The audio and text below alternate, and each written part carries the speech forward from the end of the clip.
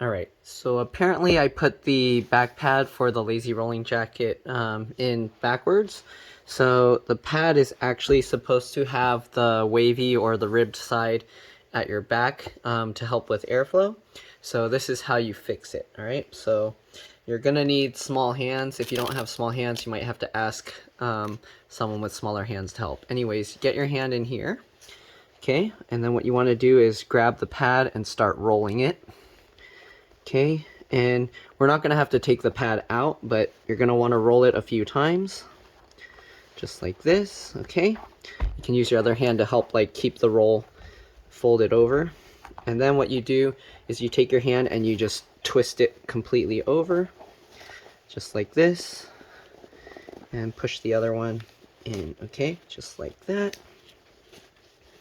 Can be a little tricky. Then now you can get your hand in underneath the pad, hopefully, and now you just have to work your way, grab the pad and make sure it stays in the right spot. So this left side, or you're right-handed, if you're right-handed you're probably going to want to roll it the other way, but I'm rolling it this way because I'm left-handed. And then pull the fabric while you're holding the foam pad out, and there you go. So there you can see, now it's flipped over, and then you can push that in, make sure it's all lined up right, and then just reattach the Velcro, okay? I like to make sure the Velcro is kind of centered. It doesn't really matter, but I just like to center it. Alright, just like that.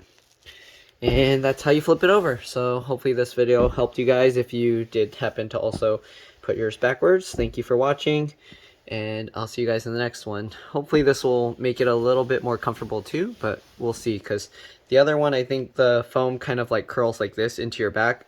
This one, it curves downwards. So this part, bubbly thing, might feel weird, but then this bottom part might feel better. So I'm actually going to try it, and then I'll let you guys know what I think. Alright, I'll be back.